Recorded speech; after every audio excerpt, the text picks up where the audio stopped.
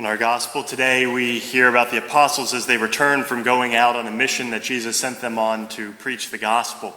And the mission was phenomenally successful. And huge crowds are flocking to the apostles, and they're literally getting swarmed by people who are coming to them from cities and towns throughout the whole region. And it's so overwhelming that the apostles can't rest, and they can't even get any space to eat. People keep flocking to them, and they haven't had a chance to eat. And so that's why Jesus takes them away and tries to give them that opportunity to eat and to rest a little while. But even then, the crowds find them and go after them and continue to flock after them. And Jesus responds. Even though the apostles and him were exhausted, they haven't had a chance to eat, but when he sees these crowds thirsting and coming to him, he has compassion on them.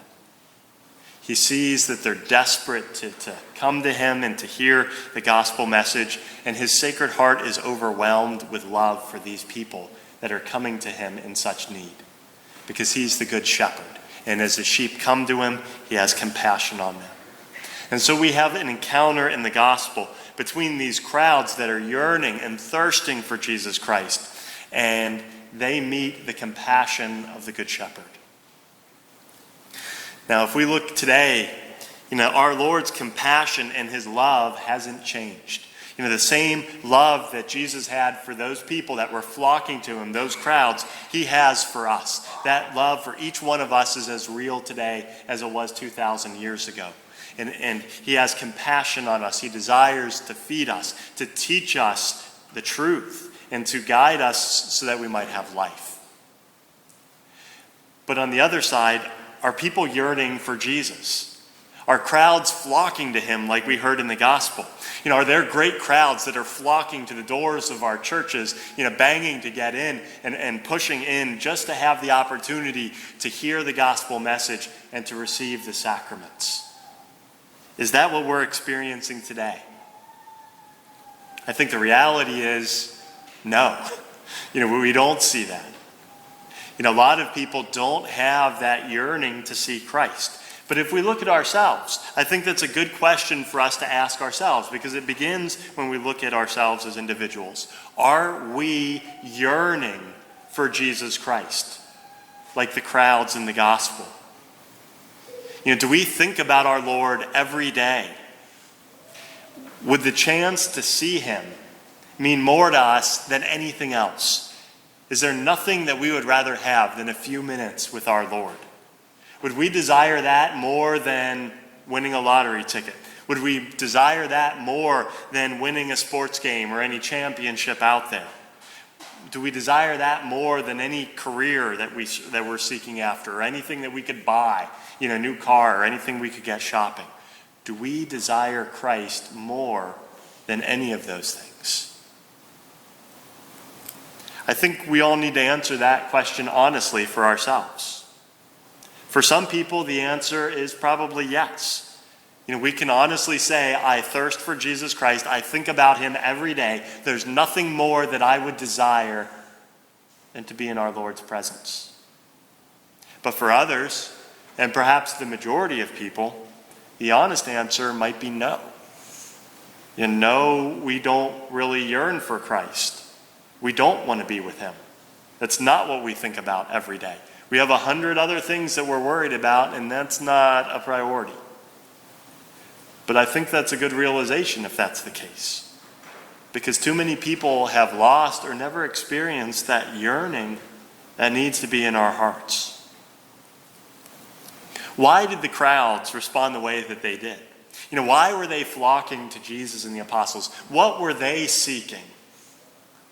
Well, I think the short answer is that the gospel that was being preached met the needs and the desires in their soul. The Israelites were severely oppressed. They were degraded by the Romans who were ruling over them. Most of them were impoverished. Many of them were sick. But above all other things, what the Jewish people clung to, what their hope was in the coming Messiah. That was their hope. That's what they lived for. The Messiah meant everything to them. And that's why when they even heard a rumor that he was there, that he was being preached, they flocked to him. And so if we look at ourselves, why should we yearn for Christ? Why should he be our hope? Why should we desire a few moments in his presence more than we desire anything else in this world? I think that's a question that each one of us should be able to answer for ourselves, but that's not an answer that I can give you. If we can't answer that question, we need to seek the answer ourselves. Why should we yearn for Christ?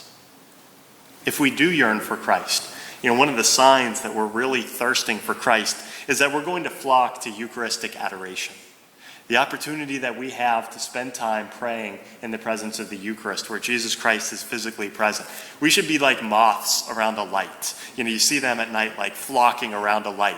If we really thirst for Christ, that's how we should behave towards Eucharistic adoration. But if we don't yearn for Christ, then the one place that we should go is to Eucharistic adoration. Because time spent in Eucharistic adoration will spark the yearning that needs to be within our hearts. The reality is the deepest longing of every human heart is for union with God. That's what we're created for. And because we're disordered, we don't connect what our souls really need with Jesus Christ. We often miss what the crowds in the gospel understood, that we need the Messiah.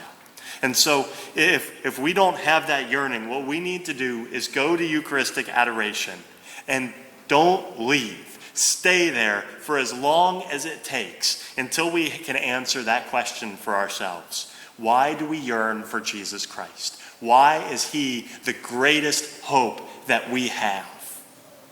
Don't leave the church until you find the answer.